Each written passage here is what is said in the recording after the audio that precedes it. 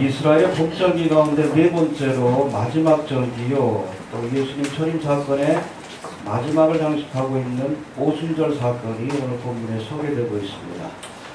이 오순절 사건을 통해서 은혜의 시대, 교회 시대가 열리게 된 줄로 믿으시길 바랍니다.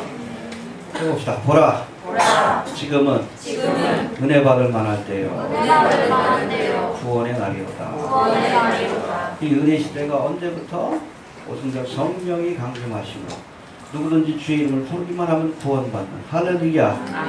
또 예수의 이름으로 누구든지 하나님의 은혜의 보좌 지성소로 나아가 하나님을 아련할 수 있는 은혜의 시대가 열리게 된 줄로 이렇게 믿습니다.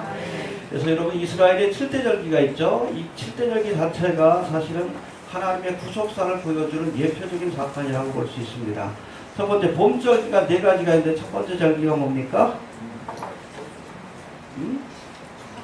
첫 달, 뭐 이산월인가요? 14일에 있게 되는 6월절. 예, 이건 뭘 예표하고 있습니까? 예, 예수님의 십자가의 사건. 그 다음에 6월절 다음 날입니다. 그때부터 무교절이 시작이 되는데, 이 무교절은 뭘 상징합니까? 누룩 없는 떡 대신 예수님이, 죄가 없으신 예수님이 무덤에 앉히 계신 그 사건을 예표하고 있고, 그 다음 날, 우리 초실절이 되는데, 이 초실절은 한 해의 농사 가운데 첫 열매를 하나님 앞에 드리는 절이에요. 할렐루야. 예, 물론 우리가 오순절도 맥주절이라고 해서 초실절이기도 합니다. 근데 이 초실절은 보리 농사를 지어서 첫 열매, 그리고 오순절은 밀 농사를 지어서 첫 열매를 드리는 날이다라고 보시면 됩니다. 아무튼 이 초실절은 뭘 상징합니까? 부활의 첫 열매가 되신 할렐루야. 예, 예수님의 부활만이 부활이에요. 알겠습니까? 에녹도 죽음을 맛보지 않고 하나님 앞에 들림받았고, 엘리야도 그렇고, 모세도 그 지신을 찾을 수 없었다고 하지만, 여러분 이것은 부활이 아닙니다. 어떻게 데려갔는지 몰라요. 우리와 똑같은 육신의 몸으로 데려갔을 가능성이 큽니다. 이해가 됩니까? 예수님의 부활 사건만이 역사 속에서 지금까지 유일무이하게 일어난 부활의 사건. 할렐루야. 첫 열매가 되십니다. 이 첫 열매라는 게 중요해. 그래서 초실절, 첫 열매. 첫 열매는 뭐예요? 첫 열매로부터 시작을 해서 여러분 본격적인 추수가 시작이 되는 거예요. 예수님이 부활의 첫 열매라면 우리 그리스도인들은 부활의 그 다음 열매에 참여하게 될 줄로 이렇게 믿습니다. 언제? 휴거의 사건인데. 할렐루야. 예, 그리고 이 6월절로부터죠. 6월절로부터 50일을 세가지고선, 그쵸, 오순절이 다소도자에다 열순자입니다. 그 절기, 7 곱하기 7, 7주를 지나서 그 다음 날입니다. 이 오순절 때는 이스라엘의 역사 속에서는 출애굽한 이스라엘 백성들이 시내산에 도착해서 하나님과 언약을 맺은 그 사건을 기념하는 절기예요. 할렐루야. 아무튼 이 오순절에 오늘 우리가 읽었듯이 성령이 강림하십니다. 여러분 은혜의 시대, 교회 시대가 시작된 줄로 이렇게 믿습니다. 그래서 이 네 가지 봄절기, 7대절 가운데 네 가지 봄절기는 예수님의 초림 사건 때 일어난 그러한 아주 중요한 구속사적 사건을 예표하고 있다라고 보시면 됩니다. 할렐루야. 그래서 우리 아무튼 그러고서 넘어가면 이제 그 이스라엘의 달력 7월 1일 나팔절에 해당되는데, 이 나팔절은 뭘 예표하고 있습니까? 하나님의 나팔절, 교회의 휴거 사건. 이해가 되십니까? 그리고 나서 7월 10일이 무슨 날이에요? 대속죄입니다. 대속죄. 이스라엘 백성들이 하나님 앞에 나와서 1년 동안 지었던 모든 죄를 다 고하고 그렇게 대제사장을 지성소로 보내서 하나님 앞에 그렇게 중보의 기도를 드리며 속죄의 대사를 드리는 민족적으로 회개하는 날입니다. 이건 여러분 7년 대환란의 기간 동안에 아직은 예수 그리스도를 영접하고 있지는 않지만 이제 저들이 찌른 바 예수 그리스도가 메시아임을 깨닫고 이제 예수를 구세주로 영접하고 회개하게 된 이스라엘의 회복의 사건을 예표하고 있다라고 보시면 됩니다. 알겠습니까? 그리고 가을절기, 그리고 7대절기 가운데 맨 마지막이 무슨 절기요? 7월 15일 장막절이에요. 해봅시다. 장막절. 예, 장막절은 수장절이라고도 하는데 거둘 숫자에다가 모아드릴 장. 그러니까 여러분 한 해의 농사를 지은 것을 다 창고에다 걷어들이고 하나님 앞에 감사하는 절기에 일주일 동안 진행이 됩니다. 우리로 따지면 뭐에 해당돼요? 추석에 해당됩니다. 추수감사절에 해당돼요. 할렐루야. 그래서 저도 우리나라에서는 뭐 추수감사절을 어디에다 맞추고 있어요? 미국의 전통에 맞추고 있는데 그것보다는 장막절에 맞추는 것이 더 낫지 않는가. 사실은 그 생각을 좀 갖고 있고 저희 교회에서는 그래서 장막절에 그냥 맞춰가지고 드리고 있습니다. 이해가 되십니까?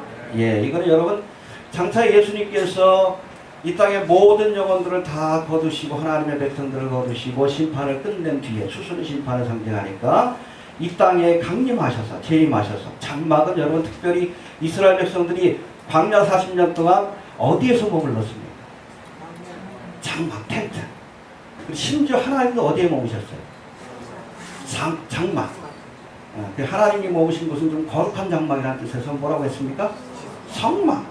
그렇죠? 하나님이 저들과 함께 하셨어요. 광야 40년 동안. 그래서 장막절은 바로 예수님께서 이 땅에 지상 재림하셔서 천년왕국의 기간 동안 하나님의 백성들과 함께 하실 것을, 이 땅에 사는 백성들과 함께 하실 것을 보여주는 예표적 사건이다 하고 보시면 됩니다. 그래서 여러분 초실절부터 사실은 어디까지가, 장막절까지가 추수의 시기입니다. 근데 본격적인 추수의 시기는 언제부터? 오순절부터 나팔절까지예요. 이해가 됩니까? 예. 전체적인 추수의 시기는 초실절부터 어디까지? 장막절까지. 그러나 본격적인 추수의 시기는 오순절부터 나팔절까지고, 이때가 은혜의 시대이고 하나님의 본격적인 추수가 시작되고 진행되고 있는 여러분 교회 시대인 것을 기억할 수 있게 되기를 바랍니다. 그래서 은혜의 시대, 교회 시대를 살 성도들이 뭐 성령 충만받고 제자들이 한 일이 뭐요? 사도행전에서 뭐 했어? 사도행전이 뭘 기록한 거예요? 어떻게 복음이 전해졌는지, 복음이 전파되는 그 과정, 그래서 바울 사도의 행전, 베드로의 행전, 12제자들이 어떻게 복음을 전하고 초대교회 성도들이 어떻게 복음을 전했는지 그 행한 것들을 기록한 것이 사도행전이에요. 교회에 주신 가장 중요한 사명, 이 뒤에도 나옵니다. 왜 한피 하나님께서 방언이라는 표적을 보여주셨습니까? 이건 텅그스라고 하는데 이따 좀 살펴보겠습니다. 말이 돼야지 복음을 전하지. 상징적이고 예표적인 사건이에요. 성령이 불과 같이, 불의 혀와 같이 강림했다라고 되어 있죠, 3절에. 그 원문으로 킹제임스 버전을 보면 불의 혀와 같은 혓바닥들이 강림했다라는 표현입니다. 정확하게 해석합니다. 혓바닥이 강림한 겁니다. 텅그스 같다. 왜요?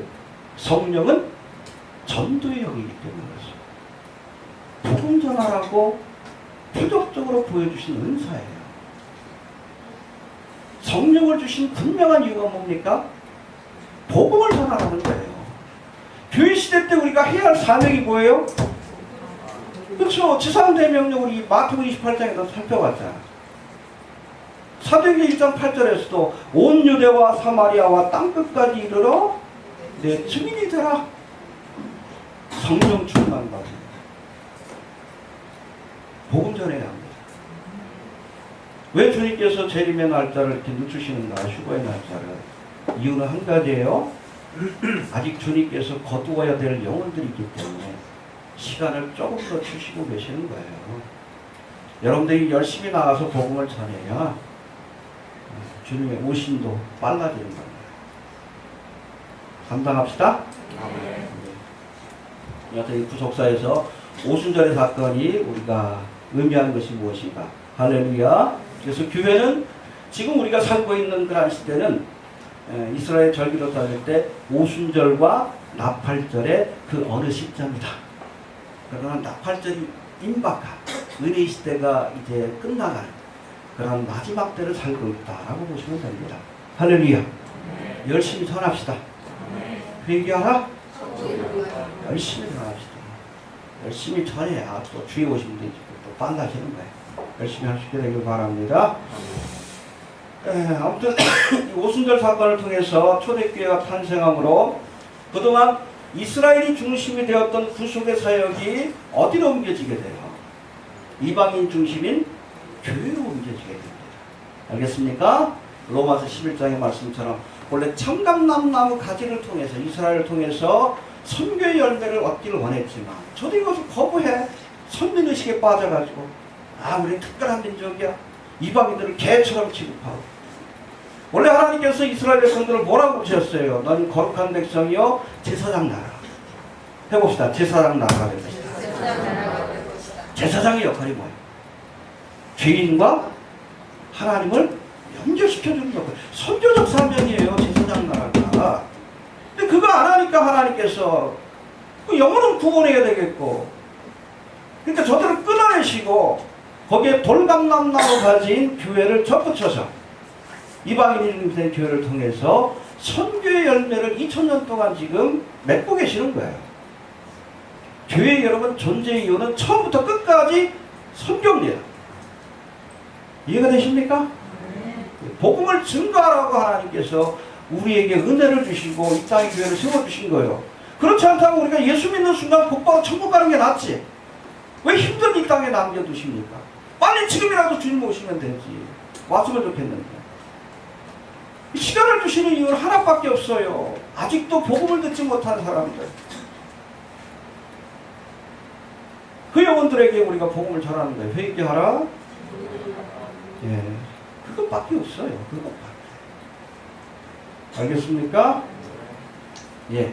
아무튼 창감나무 가진 이스라엘이 선교적 사명을 외면하고 하나님 보내신 아들 예수 그리스도를 거절함으로 그 은혜와 사명이 이제 이스라엘에서 교회로 옮겨지게 된 것이고 그 결정적인 사건을 보여주는 것이 바로 오순절의 사건이다. 그렇게 이해하시면 됩니다. 알겠습니까? 서론이에요. 구속사의 관점에서 우리가 오순절에 대해서 잘 정리를 해야 합니다. 그래서 지금은 우리가 오순절과 나팔절에 그 언경적 은혜 시대에 살고 있다고 보시면 됩니다.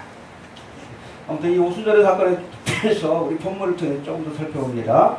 첫 번째, 이 오순절의 사건은 사도행전 1장과 2장의 말씀을 보면 예수님의 약속이 성취된 사건이라고 우리에게 말씀하고 있습니다. 할렐루야. 해봅시다. 예수님의 약속이 이루어진 것이다. 예, 부활승천할 때 예수님께서 주신 약속이 있죠. 1장 4절 5절 봅시다. 시작.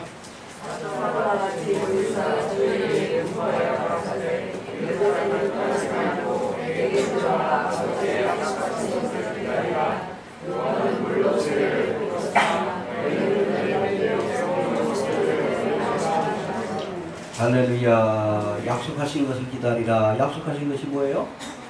보혜사 성령. 요한복음 14장에 나옵니다. 내가 너희에게 보혜사를 보내리라. 내가 간다고 걱정하지 말아라. 할렐루야. 예, 그 약속하신 것. 예, 그 성령을 받게 되면 너희가 증인되리라. 약속을 주셨어요. 그리고 8절도 나와 있습니다. 8절 시작.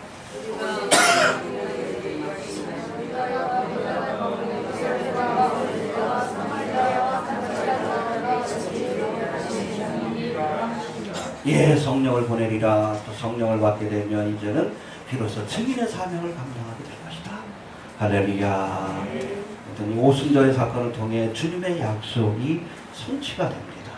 할렐루야. 여러분, 예수님은 약속하신 것은 반드시 이루십니다. 예, 그래서 우리가 구약은 뭐예요? 예수님 전에 주신 약속. 신약은 예수님 이후에 주신 약속. 할렐루야. 그 모든 여러분 약속들이 이루어졌는데 아직 이루어지지 못한 게 뭐예요? 휴거와 재림에 관한 약속. 가을절기에 관한 약속은 아직도 이루어지지 않았습니다. 그러나 여러분 초림에 관한 약속, 예수님의 십자가의 죽음과 또 그 부활과 승천 그리고 오순절의 그런 약속들이 성취된 것처럼 할렐루야. 예수님이 주신 또 다른 약속, 휴거와 재림에 관한 약속도 반드시 이루어질 줄로 이렇게 믿으시길 바랍니다. 알겠습니까? 예, 그래서 우리가 믿는다고 할 때에 우리가 뭘 믿는 거예요? 하나님의 약속을 믿는 겁니다. 어떤 분들은 그냥 믿습니다 그러는데 뭘 믿는지 몰라. 보니까 목사를 믿어. 왜 목사를 믿어요? 어느 권사님, 집사님 얘기를 믿어. 뭐 환상받고 그걸 믿어. 왜 그걸 믿어? 헛된 믿음이지. 약속을 믿어야 돼요. 성경 믿으세요. 예수 믿으세요. 예수가 말씀이고 이 약속을 믿어야 합니다. 믿을만 해요. 왜? 하나님의 약속은 반드시 이루어지기 때문에. 또 오순절에 대한 약속도 주셨고, 여러분 휴거 사건에 대한 약속도 예수님이 직접 주신 말씀이 있어요. 어디 나오는지 혹시 아세요? 커피 한잔 사드릴게요. 네. 예수님이 휴거에 대해서 주신 약속이라고 많은 학자들이 이근홍설이 얘기한 것이 요한복음 14장 2절 3절이에요. 한번 읽어보고 넘어갑시다. 요한복음 14장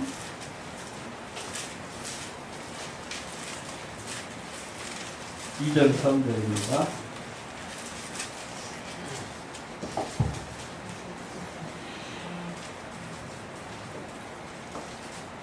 예수님이 이제 십자가에 못 박혀 너희들의 곁을 떠날 것이다라고 하니까 제자들이 걱정해요. 그러니까 걱정하지 말라 그러면서 약속을 주고 계십니다. 2절 3절 시작.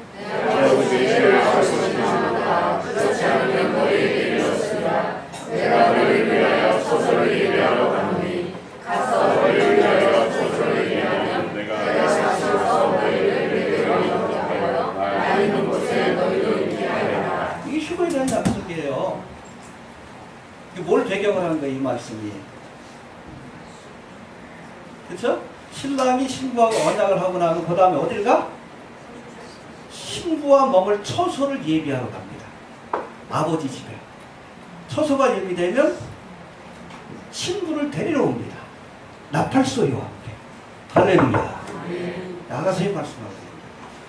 휴거에 대한 약속. 열심히 우리와 함께할 신혼방을 예비하고 계십니다. 이 예비가 끝나면 이제 주님께서 우리를 데리러 오십니다.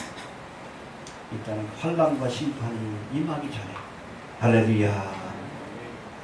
노아를 안전한 곳으로 데려가시고 롯을 안전한 곳으로 데려가셨듯이 그리스도의 신부인 교회 우리 성도들을 예비하신 처소로 데려가시고 할렐루야. 이 땅에는 여러분 7년 대화관이 펼쳐지지만 우리가 이 7년의 기간 동안 주님과 혼인 예식에 참여하는 그러한 기쁨을 얻게 될 줄로 이렇게 믿습니다. 약속하셨어요? 오순절에 대한 약속은 이루어졌습니다. 이 약속도 이루어질 줄로 이렇게 믿으시길 바랍니다. 중요한 말씀입니다. 이 말씀 꼭 붙드시고 주님께서 데려가실 줄로 이렇게 믿습니다. 믿음으로 이렇게 준비한 그리스도의 신부가 되시길 바랍니다. 또 두 번째, 첫 번째는 이 오순절 사건이 예수님의 언약이 성취된 사건이고, 베드로는 특별히 이 오순절의 사건을 요엘의 구약의 선지자인 요엘의 예언이 성취된 사건으로 이렇게 설명하고 있습니다. 뒤에 보니까 오순절 마가의 다락방에 성령이 임하여 성령 충만받은 성도들이 방언을 말하는 모습을 보며 많은 사람들이 그것을 보고 의아해하고 어떤 사람들이 술 취했다. 대낮부터 술 취했다. 그러니까 베드로가 뭐라고 합니까? 지금 3시밖에 안 되지 않았느냐? 우리로 따지면 9시에 오전 9시 우리 술 취한 것이 아니라 이것은 요엘의 예언이 성취된 사건이다. 할렐루야. 그러면서 구체적으로 17절부터 21절까지 요엘의 예언을 말씀해주고 있는데 17절 한번 봅시다. 시작.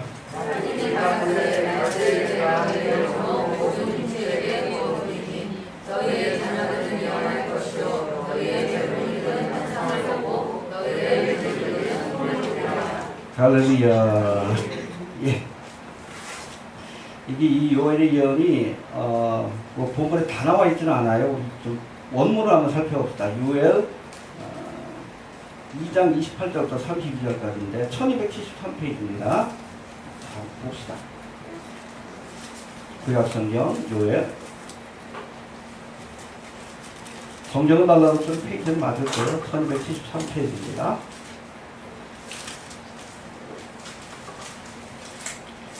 2장 28절부터 32절까지인데 봅시다.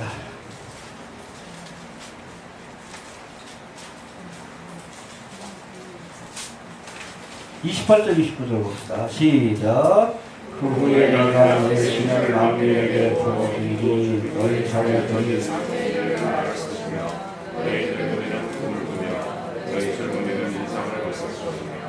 그때 내가 또 내 신으로 남정과 여종에 보여줄 것이며.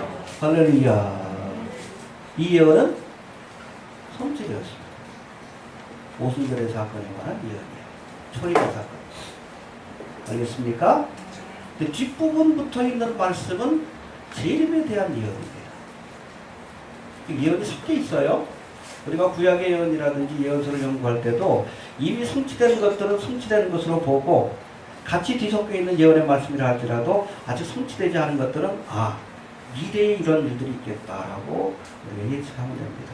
알겠습니까? 그래서 요엘서 2장 28절부터 32절까지는 여러분 초림과 재림에 있을 그러한 사건을 모두 다 담고 있는 예언의 말씀이다. 그래서 30절부터 32절까지는 이 재림의 사건인데 특별히 7년대 환란 중에 이스라엘 백성들이 경험하게 될 환란에 대한 말씀이다 라고 보시면 됩니다. 30절 한번 봅시다. 시작.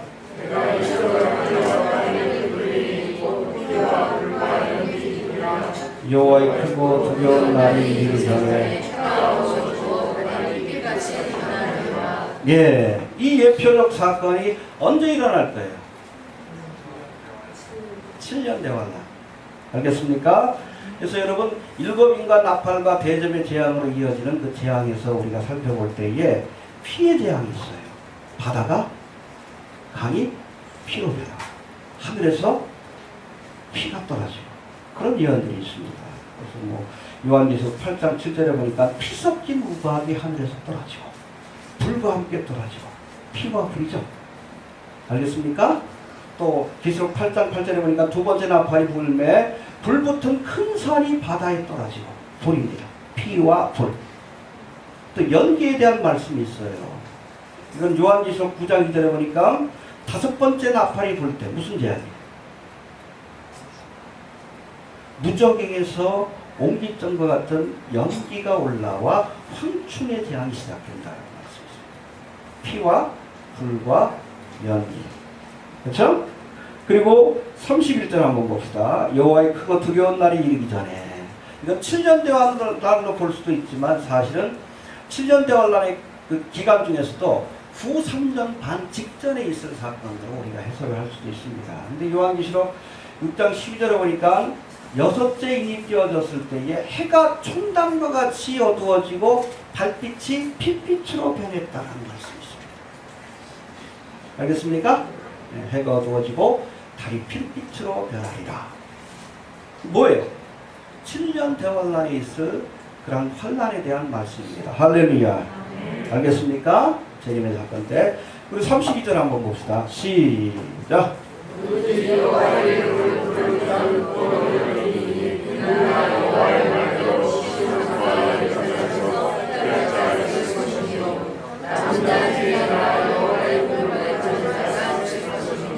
이런 대재앙과 환란이 온다 할지라도 누구든지 여호와 이름을 부르는 자는 구원을 얻으리라. 할렐루야. 7년 대환란 중이라도 여러분 주의 이름을 부르기만 하면 구원해 주시는 분이야. 특별히 이스라엘 백성들에게 구원의 은혜를 베풀어 주실 것이다 라고 약속하고 계십니다.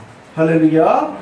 그래서 보니까 나 여호와의 말대로 시온산과 예루살렘에서 피할 자가 있을 것이요. 그래서 이스라엘 가운데 3분의 1을 하나님께서 광야로 이끌어 안전한 불빛처에서 피하게 하신다라는 말씀이 있습니다.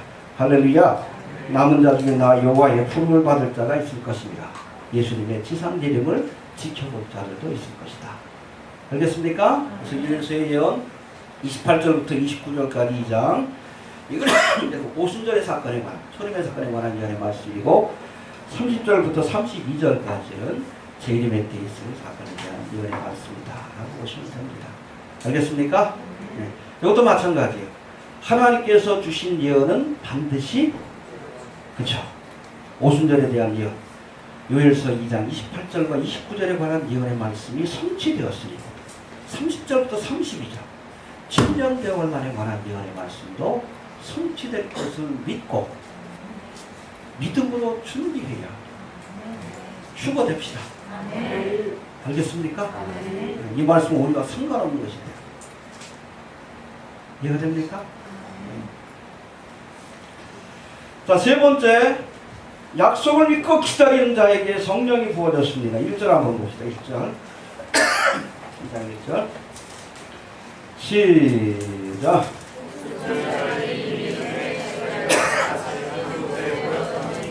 예, 지난 시간에 살펴본 것처럼 6월절 전날 십자가에 못 박혀 죽으시고 주실절에 부활하신 예수님이 40일 동안 이 땅에 머물면서 제자들에게 자신의 모습을 보여주셨어요. 그래서 누구에게도 보여주고 누구에게도 보여주고 심지어 500명이 모인 자리에 한꺼번에 보여주셨다.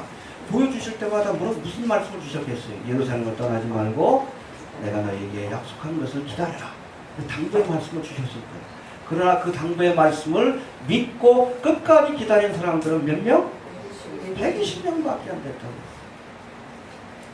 약속을 주셨으면 믿어야 합니다. 믿고 기다려야지. 알겠습니까? 휴거와 재림에 대한 약속을 주셨으면 그 약속을 믿어야 돼요. 믿고 기다리는 자가 이 은총에 참여할 수 있는 거지. 이해가 됩니까? 120명밖에 안 됐어요. 500명이 넘는 사람이 예수님의 말씀을 들었을 텐데. 지금도 그렇잖아요. 휴거에 관한 소식, 마지막 때에 대한 소식을 많은 사람들이 듣고 있지만 정말 그 믿음으로 기다리는 사람들이 얼마나 됩니까?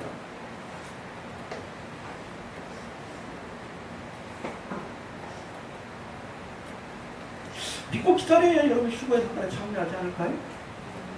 그건 또 하나님이 하실 일이니까. 그렇지 않은 사람들은 시험의 때를 통과하게 하지 않을까요? 응? 정금과 같은 믿음으로 거듭나게 하시고.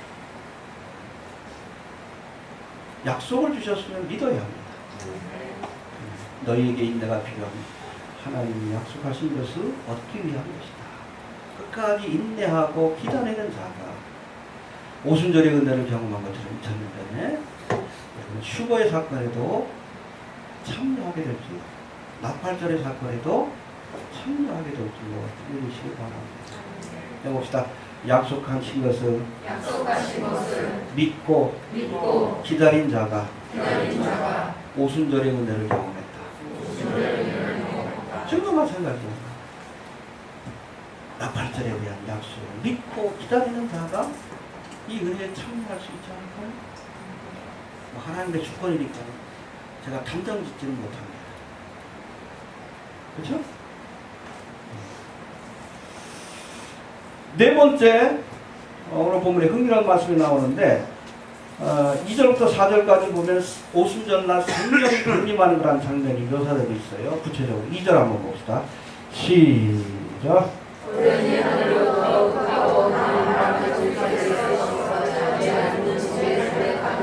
네, 성령이 강림하니까 거기 모인 120명 군도가 성도들의 귀가 열려서 급하고 강한 바람소리와 같은 소리를 들었습니다. 영적인 귀가 열린 거예요.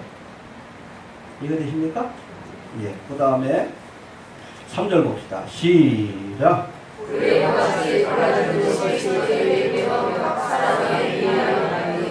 예, 아까도 말씀드렸지만 불과 같은 혓바닥이, 그래서 우리가 불을 떼다 보면 이렇게 막 갈라져요.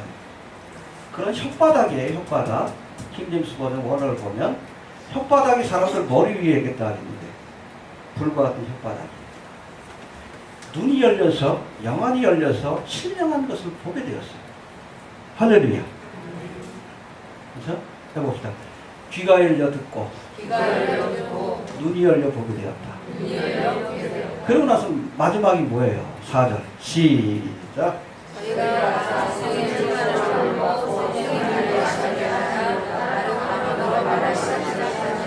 예, 입이 열려서 방언을 말하기 시작합니다. 그래서 하나님이 성령이 강림하니까 영적인 귀가 열리고 영적인 눈이 뜨이고 영적인 입이 열렸어요. 할렐루야. 육신의 것만 보고 듣고 말하던 사람들이 신령한 세계를 보고 듣고 말하기 시작했습니다. 육에 속한 사람이 영에 속한 사람으로 거듭나고 변화되게 됩니다. 성령 충만받아야 합니다. 그래 영적인 세계를 보고 듣고 말할 수 있게 되는 거예요. 할렐루야. 이 열왕기 6장에 보면 아주 흥미로운 장면이 나오는데 엘리사의 행적에 대한 기록이 나오는데 아람 왕이 이스라엘을 치기 위해서 그냥 뭐 군사들하고 모의를 할 때마다 이스라엘이 먼저 대비해 가지고선 아무튼 전쟁을 하기 전부터 그냥 패해버려요. 혹시 그 안에 스파이가 없나 이렇게 물어보니까 신하가 뭐라고 합니까? 저 이스라엘 땅에는 엘리사라고 하는 하나님의 선지자가 있어서 우리가 하는 것들을 다 알고 있습니다. 그러니까 우리가 전쟁에서 승리하려면 먼저 엘리사를 쳐야 합니다. 아람 왕이 이 군대를 보냈어요. 그래서 엘리사의 집, 한밤중 군대를 보내가지고 엘리사의 집을 다 삥두르게 합니다. 병거와 군사들. 근데 엘리사의 사환이 아침에 일찍 일어났다 그걸 본 거예요. 얼마나 깜짝 놀랐어. 이제 죽게 되었다고.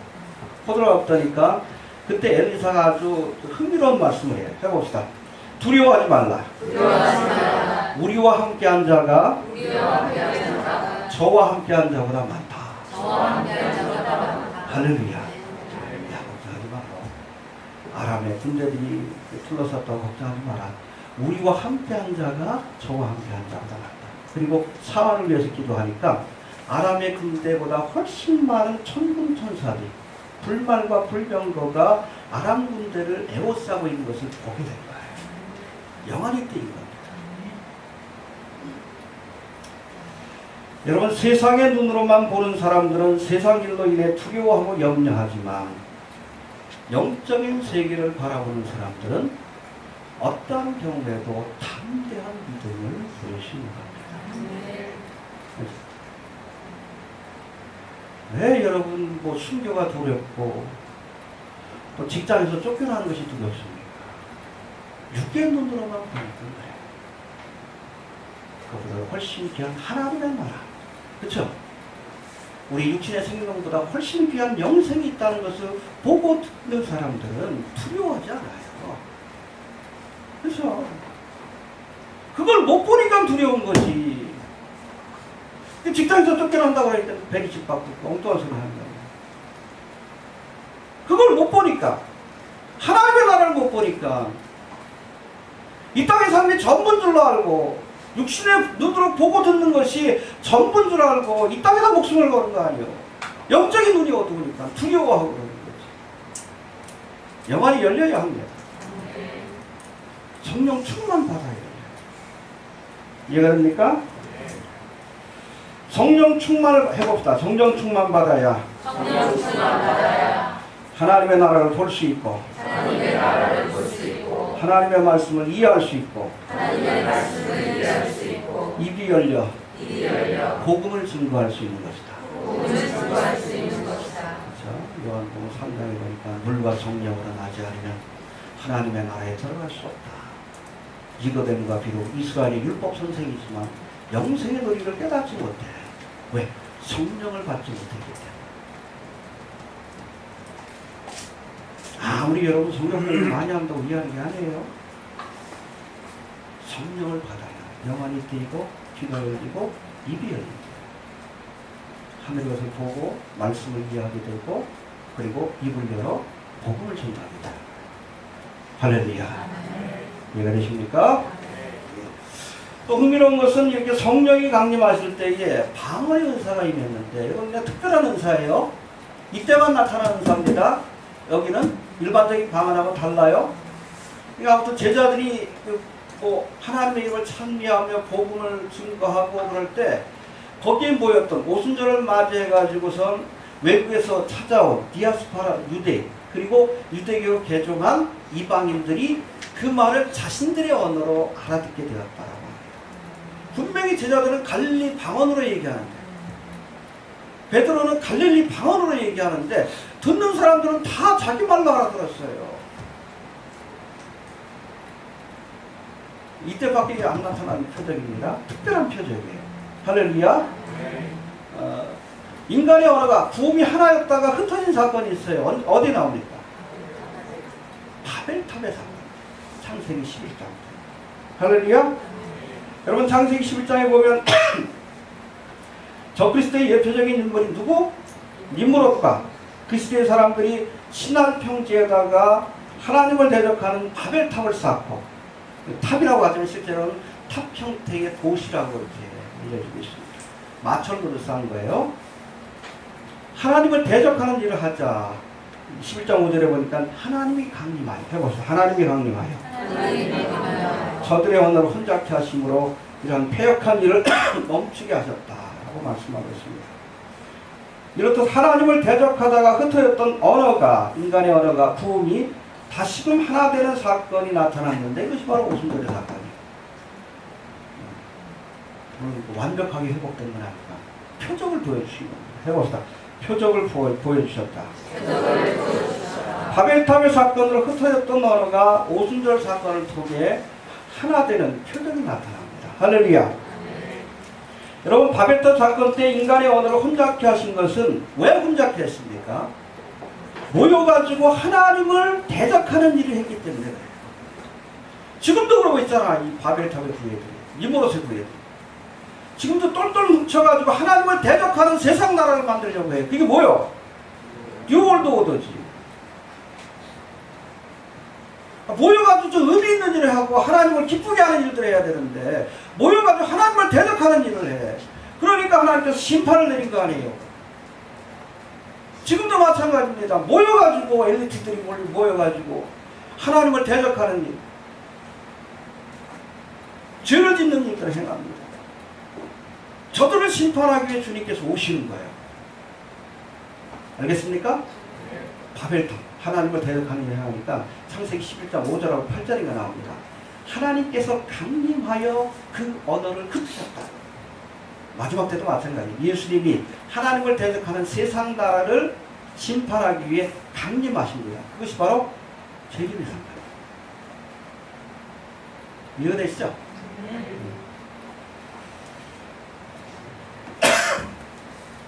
이처럼 바벨탑을 쌓던 인간의 언어를 흩으신 것은 하나님을 대적하는 인간의 죄를 심판하기 위한 것입니다. 해봅시다. 언어를 흩으신 것은 심판하기 위함이었다. 그런데 그 옛날 인간의 교만과 반역과 죄로 인해 흩어졌던 언어가 이제 오순절 성령 강림 사건 때 하나 되는 기적이 나타납니다. 표적이 나타나요. 할렐루야. 제자들이 갈릴리 방언으로 하나님을 찬양하며 영광을 돌리는 것을 이방 땅에서 찾아온 사람들이 각기 자신들의 언어로 이해하는 표적이 나타났다라고 말씀합니다. 잘 들으세요. 인생들이 모여서 악한 일을 도모할 땐 그렇게 하지 못하도록 하나님께서 언어를 흩어놓으셨지만, 이거 제자들이 모여서 복음을 전하는 하나님의 의로운 일을 시작하려고 할 때 하나님께서 흩어졌던 언어가 하나 되게 하는 표적을 보여주시고, 이것이 하나님이 기뻐하시는 일이라는 사실을 다시금 보여주십니다. 이해가 되십니까? 오순절 사건 이후 예루살렘에서 전파되기 시작한 복음의 소식은 온 유대와 사마리아와 이방인들이 사는 땅끝까지 전파되게 됩니다. 이처럼 오순절에 보여준 방언의 표적은 다른 방언을 말하는 이방인들에게 복음이 전파될 것을 보여준 선교적 표적입니다. 할렐루야. 거기 모였다.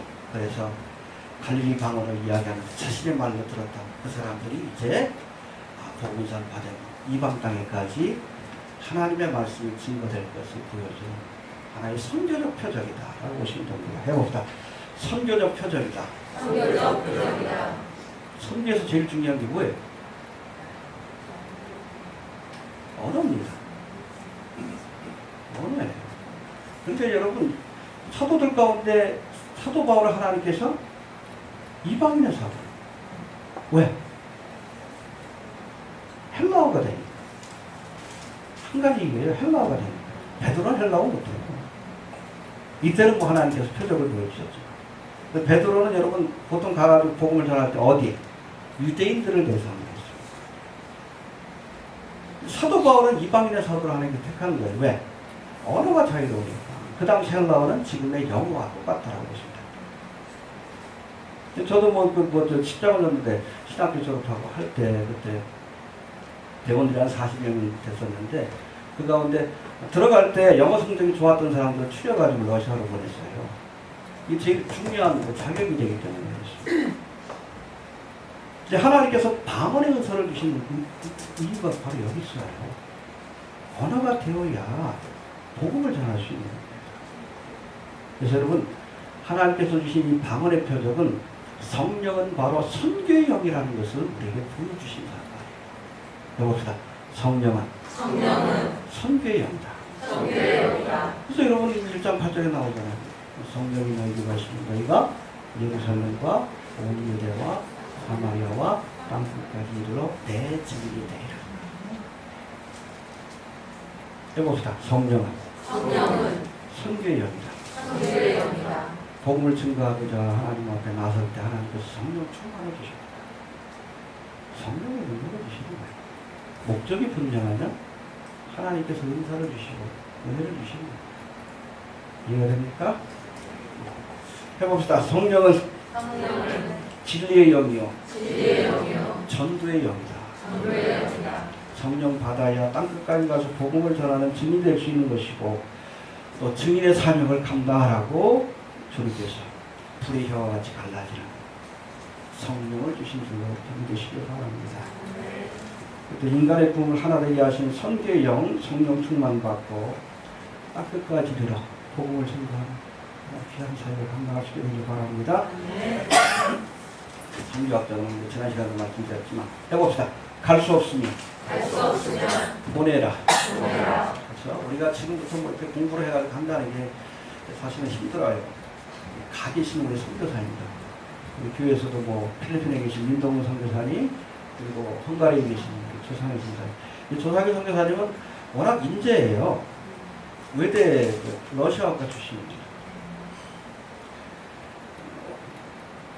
지금도 신학교에서 유일하게 러시아어로 강의할 수 있는 사람이 신학으로 강의하십니다.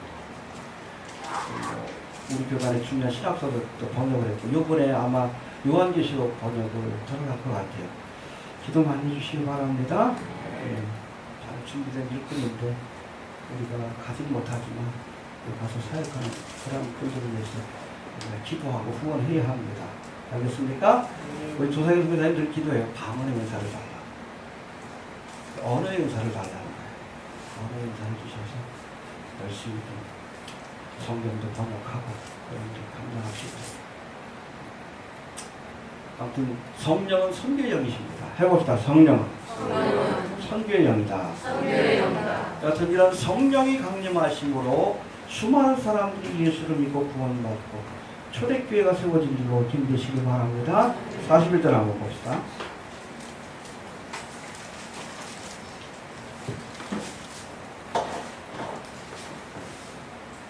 시작.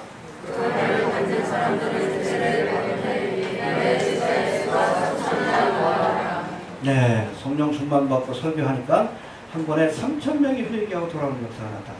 할렐루야. 하나님의 능력이에요. 뒤에는 또 성전 빌문에 앉은 사람들 고치고 나서 그 다음에 또 한 번 설교하니까 몇 명이? 5,000명이. 할렐루야. 초대교회가 10,000명 이상의 교회도 그렇습니다. 이건 여러분 베드로의 능력이 아니라 성령이 주신 능력입니다. 성령 충만 받읍시다. 네, 성령 충만 받고 저를 위해서 늘 기도하여 주시길 바랍니다. 성령 충만한 목사, 말씀 충만한 목사가 되어서 많은 영혼들 구원하고 살리는 그런 사역을 감당하도록 기도 많이 해주시길 바랍니다. 베드로의 설교가 14절부터 40절까지 이어지는데 그 내용 잠깐 한번 살펴봅시다. 성령 충만을 받고 방언을 말하는 제자들은 술이 취한 것이 아니라 요엘서의 예언대로 하나님이 약속하신 성령의 은혜를 경험하는 것이다. 앞부분에 그렇게 나옵니다. 또 요엘서의 예언뿐 아니라 하나님이 다윗을 통해 주신 예언, 바로 메시아를 보내시라는 약속이 이루어졌다. 하지만 너희가 하나님 보내신 메시아를 십자가에 못 박혀 죽이는 죄를 저질렀다. 그러나 하나님이 저를 살리어 하늘 보좌 우편에 앉혀 주와 그리스도가 되게 하셨다. 그러니 이제라도 너희가 회개하여 예수 그리스도의 이름으로 세례를 받고 예수를 구세주로 영접해야 한다. 만약 그렇게 하면 너희가 성령을 선물로 받을 것이요 이 악하고 패역한 세대에서 구원을 얻을 것이다. 할렐루야. 성경 내용이 그거예요. 담대히 복음을 전했습니다. 그럴 때 그 말씀을 듣고 3,000명이 회개하라. 5,000명이 회개하라. 놀라운 역사가 나타나는 걸 기대하시기 바랍니다. 우리도 성령 충만받고 베드로와 같이 제자들과 같이 많은 영혼들을 구원하고 살리는 귀한 사역을 감당하시게 되길 바랍니다. 성령 구원자에게 성령을 주신다라고 말씀하셨고 오직 성령이 너에게 마시면 너희가 권능을 받고 예루살렘과 온 유대와 사마리아 땅까지 이르러 내 증이 되리라. 주님께서 약속하셨습니다. 바로 이 약속을 믿고 기도하다가 120명의 제자들이 성령 충만받고 저들이 복음을 나가서 복음을 증거함으로 초대교회가 탄생할 수 있었습니다. 할렐루야. 초대교회에 대해서 다음 시간에 살펴볼 텐데 우리도 성령은 선교의 영이십니다. 해봅시다. 선교의 영이시다. 혓바닥을 보여주신 거예요. 방언의 음성을 주신 거예요. 불과 같이 갈라지는 혓바닥.